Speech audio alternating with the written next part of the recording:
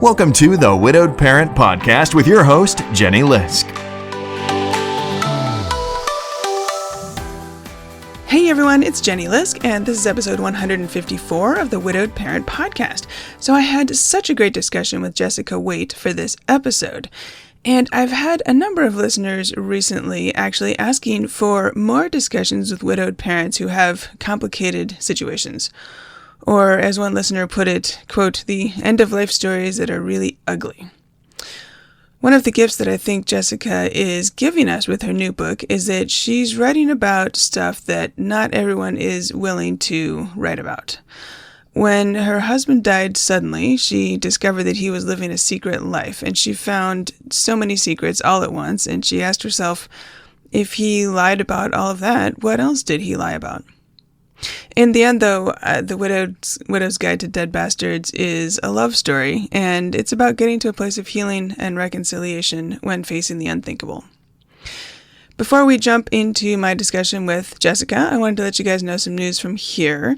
So first of all, if you're not already following our blog, head on over to the website at widowedparentinstitute.com and look for articles, where you'll find articles and personal essays and book reviews by a whole bunch of terrific guest writers, as well as some written by me as well. Make sure you subscribe so that you get updates, or so you don't miss them each week. And we're coming up on the 1-year anniversary of the publication of Widowed Parents Unite, 52 Tips to Get Through the First Year from One Widowed Parent to Another, which was endorsed by a whole bunch of terrific folks, some of which you probably know from their amazing books and programs. One of them is Michelle Neff Hernandez, who runs Soaring Spirits and Camp Widow.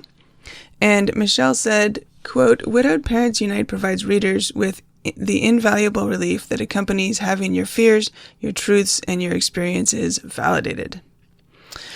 So this book has 48 contributing authors. They are moms and dads with a variety of experiences in all ages of kids and teens. So I hope you'll check it out. You can get it in print or ebook from bookshop.org, Barnes & Noble, Amazon, or wherever you like to buy your books. All right, that's all the news from here. Let's get on with the show.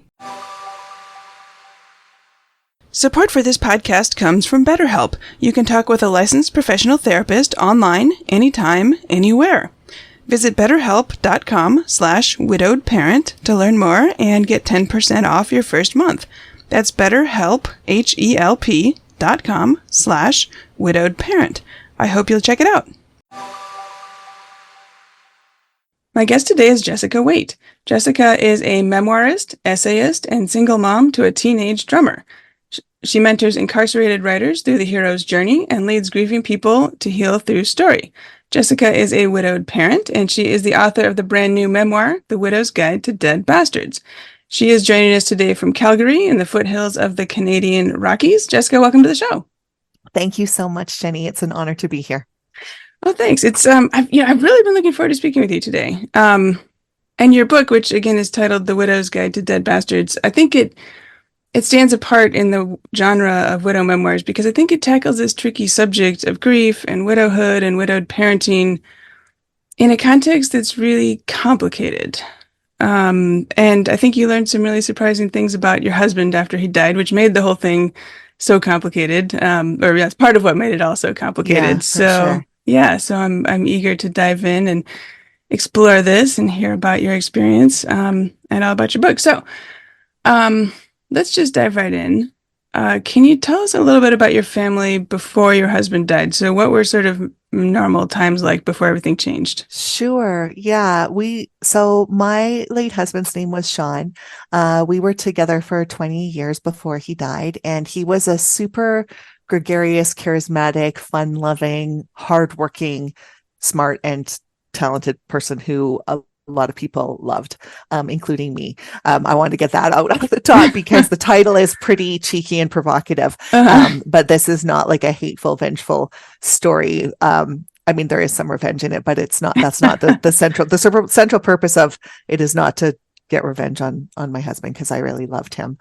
And we had one son, who was 9 at the time that his dad died. And just in the lead up to Sean's death, things were a little bit tumultuous for us. We had just finished a 3-year stint living in Singapore. When we got back from that, Sean lost his job. And so then he, in the process of finding another one, he took a position in Denver, Colorado, and was commuting between Denver and Calgary. So Wow, commuting that's quite a between commute. countries. Yeah, it's a 17-hour drive. Luckily, there's a direct flight, and the cities are quite similar actually. So if people don't know where, like what Calgary's like, it's a lot like Denver if you've been there. Okay. But anyway, it was an incredible strain to be having all the things. And he was, when he died, he was 1 month away from taking over as CEO of this company. He was replacing the founder. And so it was a heart attack that killed him. He was on his way home from a business trip to Houston, and called me after returning his rental car from the airport shuttle. And then he didn't get on the plane. So it was that sudden. And then the day after his funeral, a box of his personal effects arrived. And that's when I started to find out the secrets that he had been keeping. And so, yeah, it was only, so his funeral was a week after his death. So like 8 days after his death, I found out. And so I was, so brokenhearted and bereft for those 8 days. And then still that, but really rage was my dominant emotion from then on for a period of time. Yeah. And so I want to dive into some of that. But before we get to that, so you started getting phone calls from Houston, like missed calls on your phone, and you're like, why is somebody calling me from Houston? And eventually you called back I think it was a hospital. Yeah, it was a ER charge nurse. And she's the one who gave me the news that Sean had died, but she didn't know, she wouldn't say how, but she did say it was a suspected heart attack. And then gave me a number to call the medical examiner. And so I had to wait. Like I did call the medical examiner back right away, but it took a long time for the autopsy to be done and the results to come back. And so it was months later before I found out the actual cause of the heart attack, which was an autoimmune condition, surprisingly enough. And I was worried after discovering the things, I was worried it was some kind of illicit drugs or, like that kind of thing that would be, just another kind of like horrifying surprise. But Yeah. Not to mention some of those things might have affected the life insurance eligibility, something you talk about in the Yes. book, all the uncertainty around whether you would or wouldn't actually, whether that would come through. And even if there was a policy, because he was brand new in the job, he had just applied for life insurance because it wasn't part of his benefits package. And so I didn't even know when he died if he had submitted the application, if it was approved, any of that. That was all. So my financial situation was very uncertain for a period of time. And then I went on a big campaign to get all my friends to get life insurance. After that, I should have been a salesman for it. But salesperson. Yeah. Yeah. I mean, yeah. And I think you even talked about you had a campaign for people to get their affairs in order in general. Yep. Yeah, I sure did. Yeah. Okay. So you mentioned the box of personal effects arriving the day after the funeral. But before we get to that, I think there's an interesting juxtaposition. I mean, at the funeral, Sean's brother talked in very glowing terms about him. And I think everybody there, in fact, you mentioned, this is from the book, I've been clear with everyone who will speak at the service. We are communicating directly into the ears of a 9-year-old boy who's lost his father. We will not focus on the magnitude of what we have lost, but on the enoughness of Sean's life and our ability to translate that into a path forward. Yeah. That's powerful. And so I actually wanted to ask too about just even the very beginning, talking to your son about the fact that his dad had died, which was obviously a complete surprise to him, to you, to everybody. Yeah. And I noticed that you mentioned when you were waiting to tell your son, Dash was orphaned today. His real mother is gone. I'm just a damaged remnant that looks like her. Yeah. Yeah. Yeah. I remember feeling that so strongly. Just feeling that break in our life and that nothing was the same and that I was immediately not the same person. And it was really hard because Sean, like when I was talking to the family about the enoughness of Sean's life. Everybody intuitively understood what I meant because Sean was so full of life and vitality and seizing the day. And he had lived almost enough for like what most people would do in 3 lifetimes. He had sort of already done that. And so I thought there's so much goodness here to claim. And also I knew that 9 years old is old enough to remember. Right. And so I wanted, like, I don't know why, but my instinct was like, let's just have messaging that we can move forward with, not to be like, because I think that there's a trap in feeling, and not that it's wrong to feel this way, but like cheated when someone dies young, that we were entitled to a certain length of life and we didn't get that. And so to say, but it's like, there's not a good through line for me with that kind of thinking. And so I didn't want like that to be sort of the tone of the service. So I don't know if I was overly controlling in terms of trying to like shape what people would say, but I thought like what my son heard at that moment would be super important and he would probably never forget. Yeah, for sure. And I mean, that's a tricky thing, right? As widowed parents, we have our own grief and our kids' grief, and we're trying to support and steer all of us through this as much as we can. And it is a different, I think there's things that are easier and harder about having kids or not having kids, or about having kids of different ages, younger, older, in between. I think, your son and my kids were all around the same ages. Your son, you mentioned, was 9 and my kids were 9 and 11. So it's sort of that medium-sized kid age. I think the challenges are just different at different points in time. For sure. Yeah. I'm curious, and forgive me if you've spoken about this before, but did you have a similar kind of instinct around what was said at your husband's service? Or well, no. So that's interesting. And I never really thought about it until I was reading this in your book. And I thought, I wonder if I had thought about it, if I would have done anything differently. We had my husband had a Catholic funeral, so a lot of it was sort of set according to, the game plan of, game plan's the wrong word, but you know what I mean? The expectation of the way it goes. Totally, because the rites are, it's known what to do. Do you know what I mean? Right. So that it's all given the masses, and it's very much handled by the structure of the service. Whereas when it's a secular funeral, there's a big, wide open, kind of unknown territory there. And so, yeah. Was that the case with yours then? You were wide open? Yeah. Well, I actually, I spoke at Dennis's funeral. I was the eulogist. So we had, some people do readings. Yeah. And Megan, my daughter, gave the welcome in the beginning. That was important to her, to do that. And actually we had a grief counselor at the time through Safe Crossings, which is a local program here, who helped her like formulate her remarks. Not write them for her, but kind of, wrangle her at 9 years old to capture what she wanted to say. Yeah. And it was short and sweet and it was perfect. But I gave the remarks. I remember walking around the neighborhood, like thinking in my head, like working out the remarks in my head. So anyway, but it's an interesting question. I hadn't thought of it in the terms that you suggest, in terms of like thinking about how every aspect of what's going to be talked about and done today during the funeral is going to have a lasting impact then over the weeks and months and years, on a 9-year-old or a kid of whatever the age may be.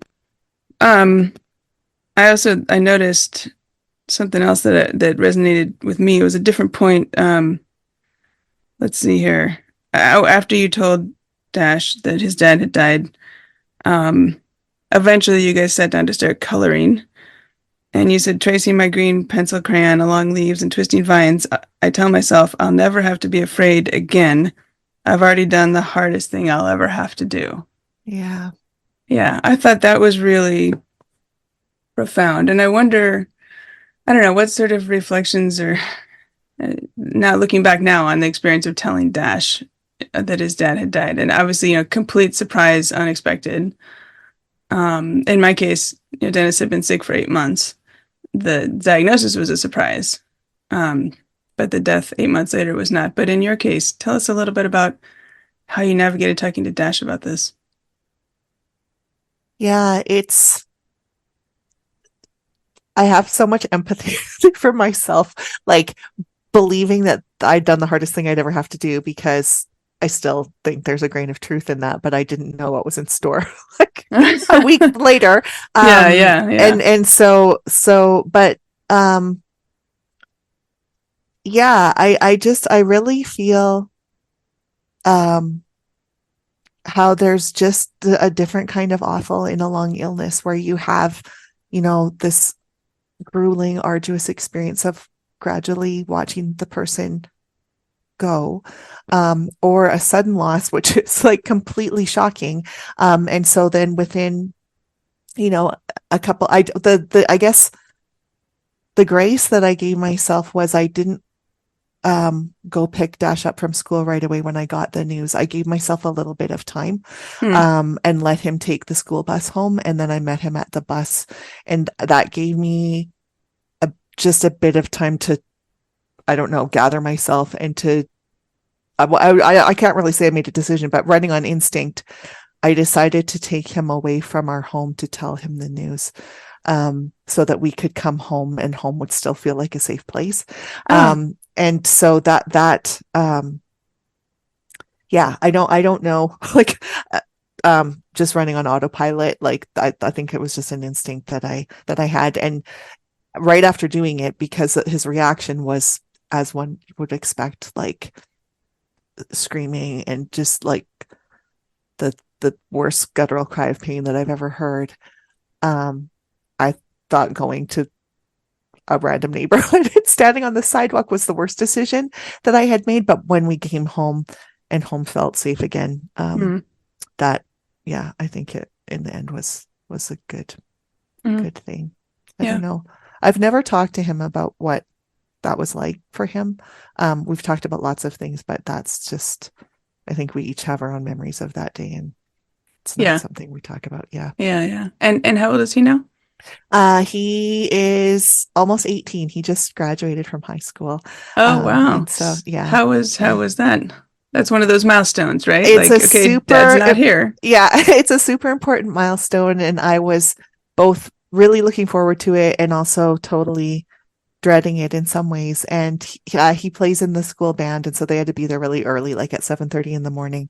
And I dropped him off right in time, and he got his gown on, and we didn't take a picture together. And so then when I was sitting in the like waiting area and all the other families were coming in, and multiple parents, grandparents, and I was all by myself because I haven't remarried, and my, like, Dash's grandparents have all passed away, and I do have a boyfriend, but he was out of town. And so I was just sitting there, and I felt, Jenny, insanely jealous. And then I was so embarrassed about how jealous I felt. I don't know why, but I find jealousy a really like embarrassing emotion, because I think it maybe is adolescent or something like that. And so I was just, and so then I texted him, could you come out and take a photo with me? And he's like, sorry, I can't. And so then I sat through, and he was the very last person out of like 475 kids to walk across the stage. And then when he came out, we got a picture together, and then I shared it, and everyone was, celebrating and congratulating him. And a couple people said, oh, I'm gonna cry, but they said, good job, Mom. And I realized, like, I think that's what I was longing for, that just someone to kind of recognize, like, it's been a long road. Yeah. We've reached this milestone, and to have some validation there. So because you've been doing it all yourself as a widowed single parent. So the last 9 years ish. Yeah, in November it'll be 9 years. Yeah. So anyway, and I'm not someone who wants to make my son's celebration about me at all. And so I had all of those feelings of, his accomplishment and pride, and yeah, he's grown into a wonderful kid. And so it's just, it's an amazing thing to see, because I think in thinking back to those first days and wondering is this just going to damage our kids forever? Like, are they ever going to Yes. recover? Are they going to grow up to be okay? And Yes. then seeing that that's possible is just like, yeah, Yeah. Yeah. Well, thank yeah, you for sharing that because I do think that is a very common um, fear and concern that I hear from listeners and myself when I think back 9 years, right? Like, is this going to ruin them forever? Or yeah, how can I minimize that? Or how can I reduce the chances of that? Or how can it not ruin them? Like all those questions surrounding that. It is a big concern. And obviously, losing a parent is going to impact them. There's no way that it won't. In fact, I think you yeah. mentioned somewhere about, um, let's see, that he, oh gosh, I have too many notes here. I have too many notes, I tell you. Um, I think I might know what you're talking about. Um, because I do sort of I point out like people always talk about how resilient kids are, and I think they are resilient, but also they're formed by their experiences, and that Dash won't be the same person that he would have, like he won't grow into the same person he would have been if his dad had lived, right, right? It right. will be a different life, and therefore he's different. But our grief counselor said early on that kids, and I'm sure you know this, but this is something that I sort of clung to. Um, who kids who have an early grief experience tend to have a lot more empathy as adults, and so I Hmm, think that that's such a valuable and necessary um with I don't know if you call it personality trait or skill, but that the world needs empathetic people, sure. and so I took that as one of the Yeah. silver linings, I guess. Yeah, And that's an example of something that's, different that they might that a child might not have acquired that characteristic if they hadn't had that early loss. But in that case, different isn't necessarily bad or destroyed. It's just different exactly, and potentially even exactly. positive, as you say, to developing empathy, is generally speaking a helpful, positive thing. Yeah, Um, okay, well, let's jump now to you talked a while ago about this box of personal effects arrived, and so far we've been talking right. about right. So you have these devastating phone calls, this shocking surprise, the talking to Dash, the thinking about the funeral and how that's going to go, and Sean's brother speaking, and the whole kind of tone of the funeral being Mhm. very sort of um, celebrating his life. I don't know if that's the right word, Yeah, but for sure. And just because like he was really beloved by so many people, and so mhm. finding these secrets out um put me into a hard position because I wanted to protect his reputation, and I didn't want to bring the pain that I was feeling onto anyone else, Yeah. which stopped me from being able to sort of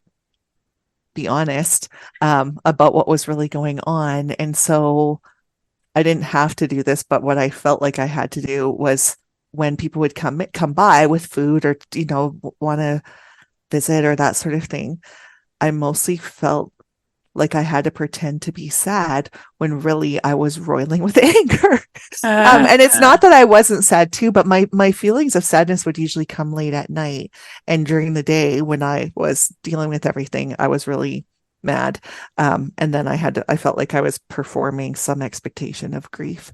Um, and then likewise with Dash, I really wanted him to be able to keep the dad that he loved, who loved him. hmm, And so I didn't want him to even know like anything about how I was really feeling. yeah. And I still had to try to be like, let's look at pictures of dad, and let's to kind of, do everything I could to foster his good memories of his dad. Yeah. And that was really agonizing when what I really wanted to do was like shut all of that out and just Yeah. process. Um, Yeah. I mean, and I think there's sort of I don't know if it's an unspoken cultural expectation or something to like, this idea of not speaking ill of the dead. yes. Um, I think that, especially if it's a complicated situation, it can be really difficult and I would suspect more isolating to be operating kind Yeah. of in that sort of environment. Yeah, it was super isolating. And luckily I did have a couple people that I could tell within the family. And so I was able to not be completely isolated. Um, and the whole family has been very supportive of me writing the book. But when I changed the title to what it is now, because it Mm, used to have a lot gentler title, mm, um, that was upsetting to some of the family members. And so we're still kind yeah. of in that place. And I don't blame them because even, you know, as the book's sort of making its way in the world and people are like leaving reviews on Goodreads, some of the reviews are very harsh. Like they twig to the bad behavior and then Mm. just doubled it down on it to the point where I'm like, hey, oh, easy there. Like I loved him. Come on. And Uh-huh. so, but I understand that's a consequence of, you know, putting a provocative label Sure, on the front of sure. something. Yeah. As we're talking here, and listeners can't see this, but I'm looking at the cover in your background here. I mean, it's a terrific cover, and it is a provocative title. And I think will make people pick it up out of curiosity. Like, whoa, what is this? Like, this is a different I sort of widow memoir. I hope so because that's the job of the cover of the book Yeah, and the yeah, title, right? To make yeah. people curious and want to pick it up. And Hmm. I feel like when all is said and done, I actually feel like Sean would be incredibly proud of me for going with such a strong title that helped the book to sell because in the end it is a love story and it's about, you know, coming to a point of healing and reconciliation. And just I'll just describe too, because the title's like got a giant black tombstone with a Uh-huh. little green heart and a small woman dressed in yellow pressing her hands up against it. Uh-huh. And when I looked at it, I thought I felt seen by this cover because it felt like I was holding the whole world up from crushing us down. Yeah. And so it was like just that feat of endurance that I think that, you know, especially as widowed parents, we have to go like I've heard you say, like,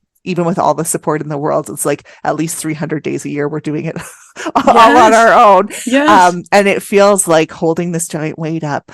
But then my sister-in-law, Sean's sister, said, no, that's not what I see. I see that she's pushing it back to upright, like Oh, resetting it. interesting. I know. And so well, I'll just move over. So, but anyway, I was like, oh, there's more than one way to look at it, just like there is Yeah. with anything. And so, Yeah, for yeah, sure. yeah, I loved that. So maybe you can give us a little bit of a clue. We've sort of talked around but like I mentioned in the book, or you mentioned in the book, I'm reminded how lucky I was not to have opened the box of Sean's personal effects the day it arrived. I'd never have been able to face everyone if I'd found his secrets before the funeral. So what, like you got this box, and so then what? Like what did you find out? So the first thing that I found was so I opened the box and it was, you know, the clothes that he had been wearing that day and his computer bag and a, a small carry-on piece of luggage. And the first thing that I found was actually in his shaving kit. His wedding ring was in there. And I was so overjoyed Huh. because I had asked, because he was cremated in Houston. And so, like, I never saw him again after he left Okay. that day. Yeah. Um, and so I had asked to make sure that they didn't cremate him with his wedding ring on, and they said that it Right. wasn't in his inventoried items. So I thought that Mm. somebody at the airport who'd come, like when he fell down, I thought someone had stolen his wedding ring. Oh. And I found it in his shaving kit, and so I was so delighted and happy. But then in his wallet, I found this. Well, it seems funny and silly, but it was a frequent bud buyer card for a marijuana shop. Mm. Um, and marijuana was legal in Colorado at that time, but not in Canada. And I'd asked him, like, oh, if pot's legal, have you tried smoking pot? And he's like, nope. And Mm. it was just it was weird. And then I'm like, why did he lie about Mm. that? Because it doesn't seem like a big deal. But anyway, I just got this knotted pit in my stomach when I discovered that because I'm like, oh no, if he lied about that, did he lie on his life insurance application? Uh, Um, and then the next thing I found in the wallet was a credit card that I didn't know that he had, and it had like a very high limit, and like $35,000 in Mm. secret debt because he'd been compulsively spending money. And so I just started to like find out all of these horrible things. And then I found some infidelity and yeah, there's a lot of a lot of things. I maybe don't need to go into all of them, but it was too many secrets all at once. And um how I eventually came to understand it is that I think he probably was suffering with undiagnosed bipolar disorder. Mm. Mm-hmm. And so all of these kinds of things are symptomatic of someone with bipolar mania.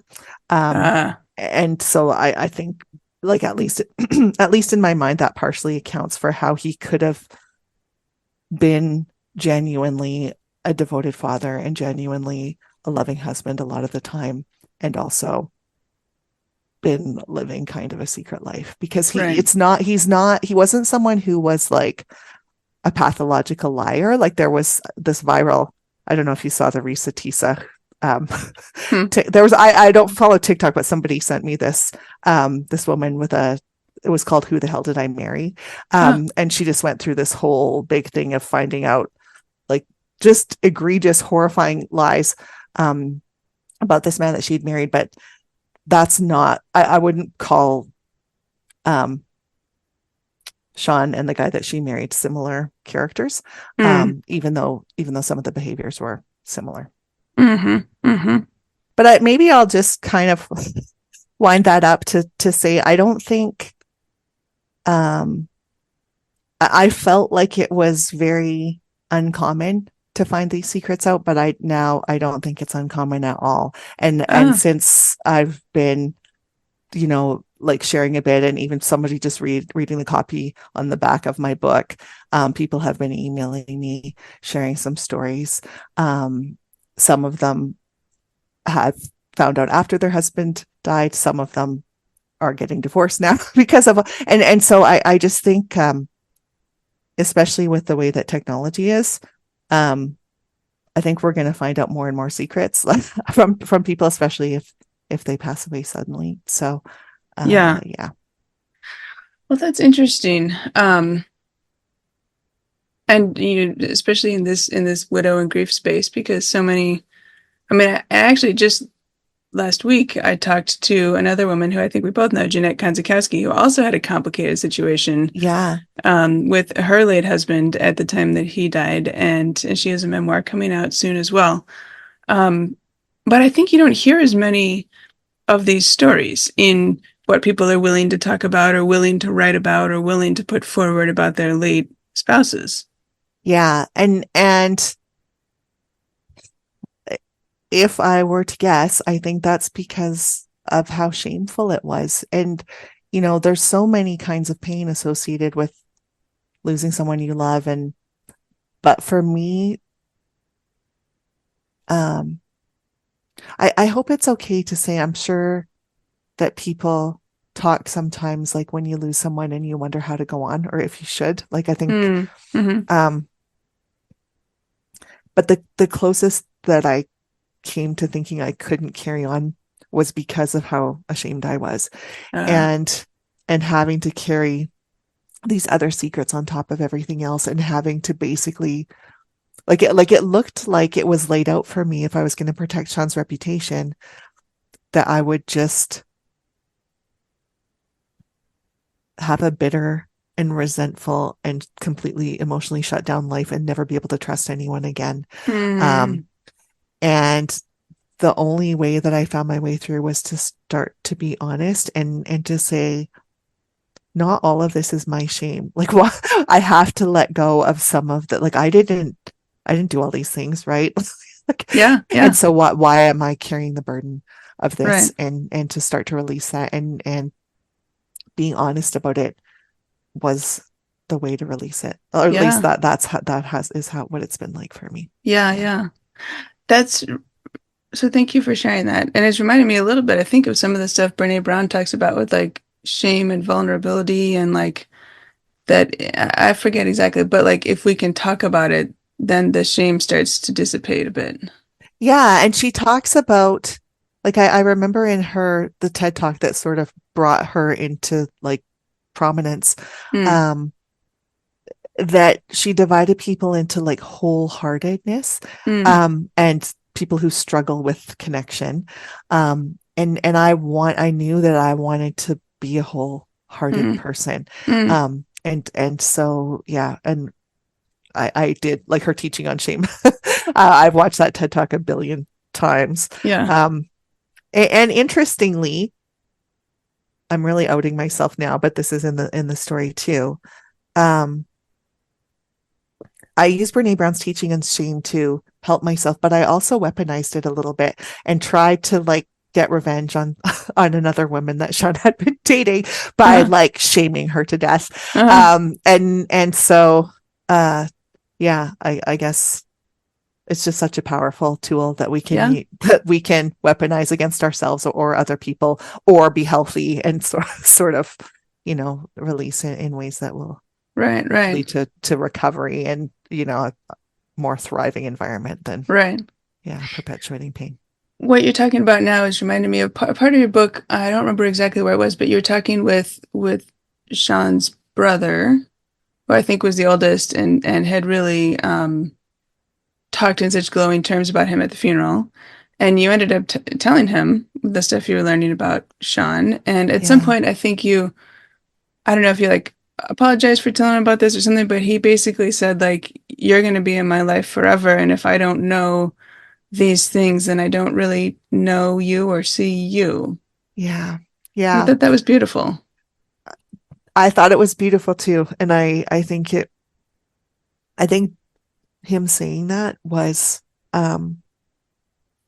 it felt like somebody handing me back my own self-worth or my own self-esteem. Ah, yeah. And it was really a landmark, moment. Um, and I'm so grateful to him. And yeah, that was Sean's closest brother in age, because basically their family structure was, um, there were four kids born, bang, bang, bang, and then a Hmm. big gap, and then Sean was born, and then there was another brother that was adopted into the family later. But being the baby, I think that Sean was like, he was sort of afforded a special position in the family, but everybody just looked like, I think that's part of why he was so adored, because he was Hmm. just like, yeah, such a little, um, I don't know, mascot in the family. And, and yeah, so it really mattered to me that Sean's brother was willing to share the pain with me. Hmm. Um, and also that he was able to love Sean through it, which showed me that I could too, because that's what I really wanted. I wanted to come back to being able to remember my love for him, because it felt like, because he'd been lying the whole time, that everything he said to me must have been a lie, and Ah. that all my memories were lies, and that I had like my life before, like there was nothing, like no real ground to stand on and no way through. Hmm. But watching his unwavering love for his brother, even in the midst of that, was inspiring to me, to show me that maybe I could find some way to that too. Yeah. And that I think from reading the book is part of what you're working through in the whole book, right? And up to the end, like what was real and true in here and what wasn't. It's not like that everything was a lie, even if it felt that way. And you had Right. to work through that. Exactly. Yeah. Exactly. Yeah. Speaking of not talking about things, pivoting slightly, it reminds me of you talk about a scene you were at a birthday party, I think, for your brother-in-law, and everybody sort of was going around the table talking about how they met their spouses and Yes. sharing their love stories, and you were getting ready for the time that it came to you, what you were going to say. And so what happened there? So yeah, everybody went around, and then everyone had gone, it was going to be my turn. And then suddenly the door burst open, and because it was a birthday party, people were bringing in the cake, and we all started Mm. singing happy birthday. And as we were singing, I realized that the cake had just saved my feelings, because no one was going to ask me to share. I don't know why I know this, but I just like, Yeah. I just realized the conversational momentum was going to move on, and and it wasn't because they didn't want to know or didn't love me. It's because my sharing was going to be very tearful and bring down the vibe of the room. And I realized as I came home, like, that must be the same experience for so many people, just kind of quietly having their person erased because everyone wants not to upset them, right? They don't want to, and they just want to, have that kind of nice social flow. And so I ended up making a website for people to share stories of people that they loved as a result of that, because I realized that being able to still talk about the people that we love and miss is such an important way of connecting back. Can you tell us a little bit about the website? Is it up and available now? It's still going. Yeah, it could probably use a bit of an update, but it's called endlessstories.love, and it was designed to be sort of a repository, so that if people just wanted to share a memory or anything about their loved one, they could just upload it. It was sort of like someone called it the post secret of grief. And when I created it, I created it because I couldn't find anything else like that. But I think there are other sites that are probably staffed and more up to date than mine. But yeah, there are people. I was so moved when people started sharing, and their stories are still there. And we designed it so that you could, because at that time, and I think this has changed too, at that time, social media was not very receptive to people posting about grief, or like it was, or, even like to post an obituary notice was a little bit taboo back like in 2015, 2016. But Facebook wasn't shy about like pummeling me with memories unexpectedly. And so which just felt like they were just a gut punch sometimes. And so we set up the site so that if you send in a story about your person, you can have it come back to you on an anniversary date, like, so that you control when it gets emailed back to yourself. And so anyway, so it was it was a labor of love to make that site, and I think it served a good purpose. Yeah. Oh, that's neat. We'll put a link to that in the show notes. And Facebook memories, you reminded me. I think Facebook has a setting where you can say suppress, like, don't show me any memories between these dates. Yes, which bless them for like evolving to incorporate some of that stuff that's a little bit gentler, or that you have more agency around. I ended up just saying don't show me anything between May of 2015 and January of 2016, which is the time Dennis was sick. And there were probably a few good memories in there that I might like to see, but most of the stuff I didn't want Facebook to hit me with those memories when I was not expecting it. Yeah, it's like I want to be able to seek that out when I want it, and not just have it. Yeah, exactly. Gosh, we have so much to talk about here. I did want to shift gears just a little bit. You had signed Dash up for a program, a grief support program of some sort in your community. You said when you signed up, you mistakenly thought the parents would meet for coffee while the kids were being counseled. Yes. And that was not the situation. What was that like? That was great. That was called Kids Club through Hospice Calgary. And it was a very well-designed program, 8 weeks long. We all had dinner together before, and then the kids went and to their session and the adults went, and we covered the same topics as the kids, but the adult versions. And so it was all widowed moms in my group. But around our 5th week, I think, our counselor went off the script a little bit and asked us if we'd had light bulbs burning out more frequently, and every single one of us put up our hands. And it was a really weird kind of moment, because I had been having a bunch of things happen around my house that didn't used to happen. And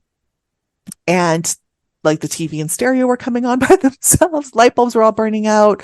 My perceptions were quite altered. And I was, Sean and I had made an agreement that whoever died first would come back on their birthday in the form of electricity to prove it to the other one if there was like life after death. But I was so mad at him that I was like, if that's you, quit it, because I'm like, but anyway, when our counselor, and her name was Carly, asked that question and everybody put their hands up, I was like, this isn't only happening to me. And Ah. this is like common.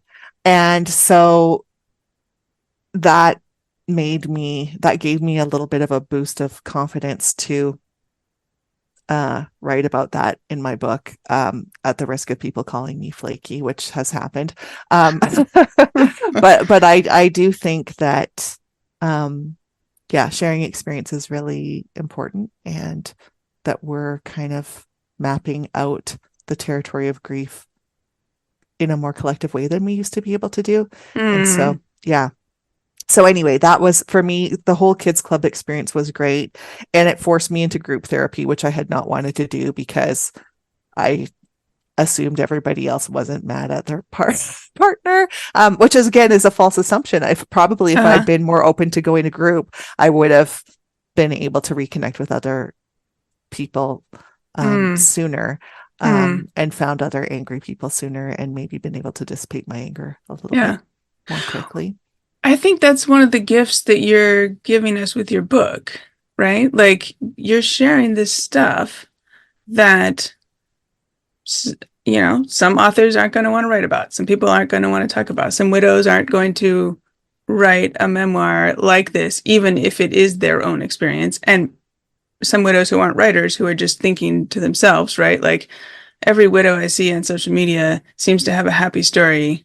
I must be the only one with this complicated situation or anger or problems or something that's making it Yeah, less than shiny happy, yeah, yeah, And so I think by writing this book, you're giving us a gift of seeing, I think you said a minute ago, something about like the landscape of grief, I forget what you said, but like building it out, like to see there's all different yeah, kinds of experiences here.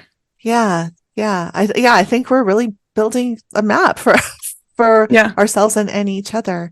Hmm. Um, but by sharing, and thanks for saying that. That's definitely, um like what you said about helping people feel less alone is sort of the reason why I kept going all the times it was hard and I wanted to quit. Yeah. And even now Yeah. when I'm feeling a bit scared about my book coming out and how vulnerable I Yeah. feel, Yeah. the idea that, um, it might help one person, Yeah. it's powerful. It's powerful Yeah. to connect to that hope. Yeah. And it just, author to author here, right? It is scary, right? Memoir on the verge of coming out as we talk. I think it's coming out in a month, maybe. When people are listening to this episode, it'll be just brand new on the shelves. Um, it is vulnerable, feeling like, this thing I've poured all this years and hours into writing this thing, and it's going to be out of my hands soon, Yeah. right? And that I showed like our worst moments. Do you know, Yeah, like it's like yeah, people are judging Sean on the worst moments of his life, me on some of the worst things that that I did in my life. And having to open up about that. Um just so but I think it helps everything to make sense. Do you know what oh I mean? yeah, I for think when sure. we, yeah, yeah, And by the way, there's sort of a not but like there's a sort of a message behind the message too. Like you're still here and you're still standing, and you were able to write this book, and you're here a talking hundred to me percent. today, right? And you're going to be talking to other Yes. people, and you're out in the world, and despite all of this stuff, here you are. And I think actually your brother-in-law said something. I can't find it in front of me, but like something like it was Sean's show for so long, and he said now it's the Jess show. Like Yeah. you are still here, and you're now responsible for your life from here on out. Yes, absolutely. And that's the thing that I think is true for all of us. You know, it's the nice thing about writing is you get to like actively write your own ending, but even if you don't write, Uh, you're living your story out, right? And yeah, we are still here, and um yeah, it's we can survive things that seem like it just seems like yeah, we'll never be able to get through, but we just keep putting one foot in front of the other. And right. for me, watching people who are a few steps ahead of me is Yeah. so important and motivating and Hmm. encouraging. So And yeah. now you're one of those people who's a few steps ahead of others, right? Yes. You're Yeah. 9 years out. You've written a book. Your son, as you mentioned, has graduated from high school. Yeah. Like you've gotten him from age 9 up through high school graduation. Um, And I think there's real value and hope in seeing others, who've been down this path. When you're new on this path, to see someone like you who's talking about this and is still standing. Absolutely. Yeah. Yeah. And likewise, like that's what just to say that's what you are to so many, and Thank you. and with Widowed Parents Unite especially, like the feeling of solidarity, and how all of these people at various distances ahead, like they're just holding up a lantern. Yeah.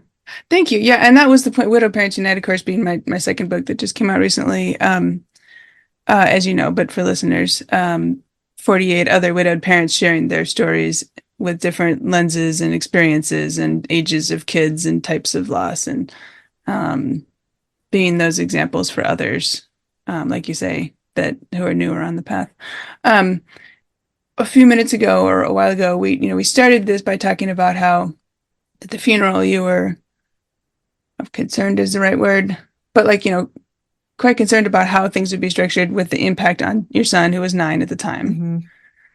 So now I'm curious. Okay, fast forward 9 years, he's 18, and now you've got a book coming out. Yeah. Has he read it, and what does he think? He read it in January of this year, and I was so nervous and scared. But I will preface to say, most of the things in the book, as he was growing up, when there was an opportunity, we talked about them. And so there was very little that I expected to take him by surprise. But still, to see it kind of all laid out, I knew would be hard. And to read about, all of even just, the day that I told him that his dad died again, like I knew that those things would be hard. So I gave it to him. His bedroom is in the basement. He took it down there. 2 weeks later, he came up to the kitchen one night and said, "I'm halfway through your book. If I imagine it's about other people, it's very well paced and interesting."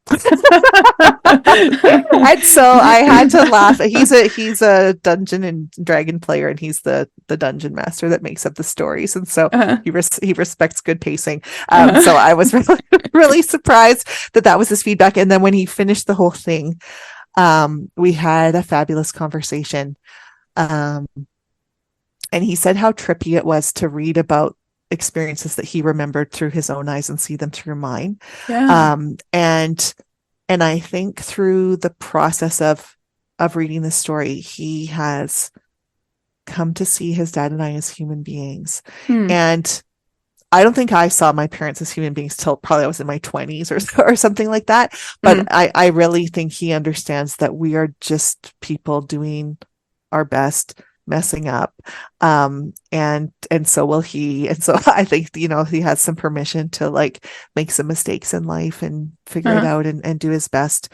And the only thing that bothered him about the book, was something that I said about when he changed schools, that he disagreed with my take on it. And so it was a very minor, to me, minor detail, but it's really interesting when you write about other people that what they twig on or care about isn't always what you think it would be. So anyway, he's going on a giant bike ride when his exams are all finished. He's had his graduation, but he still has some exams to write. And when they're done, he's taking off on a 4,500 kilometer bike ride. I don't know how far that is in miles, but it's from Banff, Canada, but it sounds far, all the way to New Mexico. Wow. Okay. Yeah, well, that is very far. Yes. It's very far, and he will be riding through some mountains and trails when the book comes out, so he'll be sheltered from any kind of media blowback that might happen to come my way. So I'm grateful for that, but otherwise he's supportive and cheering me on, which is amazing. That's terrific. Yeah. Well, good job, Mom. Thank you. And I think that's the thing. We always have to gauge how much we're going to reveal, the desire to shelter our kids and then the desire to be honest with them. Right. And I don't think there's any foolproof formula, and I just tried to find my way, but I feel like I guessed reasonably close to right. Or if I didn't, it will become evident later when he writes his own book about how terrible it was. But imagine the alternative. Like, let's say you had decided to keep all of this from him and probably from virtually everybody else. Maybe you had like one best friend you confided in or something, but like basically kept all of this secret. I imagine that over time it would have driven a wedge between you and Dash, as well as you and others. Like, and if he did eventually find out in 10 years or 40 years or something, I imagine it would have been devastating at that point to learn those things and learn that you kept all those things from him for decades. I think so too, Jenny. I think you're exactly right. And that was sort of the guiding principle, because I think there's kind of two things at stake. One is trust, because if you find out later that and you feel like someone was lying to you your whole life, then that's sort of how I felt. Well, yeah. And then the other thing is like, it's really perpetuating a trauma cycle, because you can't hold it. You feel like you're holding it in, but really it's leaking out the sides in all kinds of directions. And so my view is better to kind of look at it and move forward in as honest a way as we can.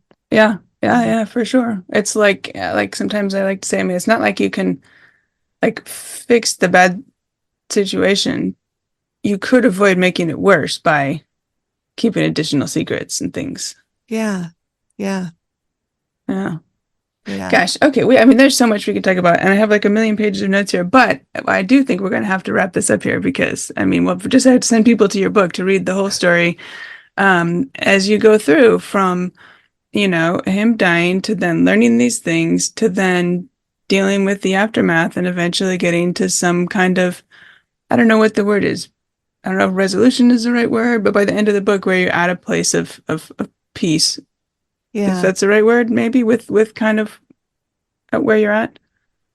Yeah, I think it gets to a place of like happy for now. And like some kind of resolution piece. It's not all tied up with a bow, but it's definitely ends in a, it starts in anger. And it ends in a place that has moved through and beyond the anger to, a place of maybe right relationship would be a good term. Yeah. Great. Well, I always like to ask my guests at the end of the show one sort of wrap up question. If you don't mind here, if you could say one thing to newly widowed parents, what would it be?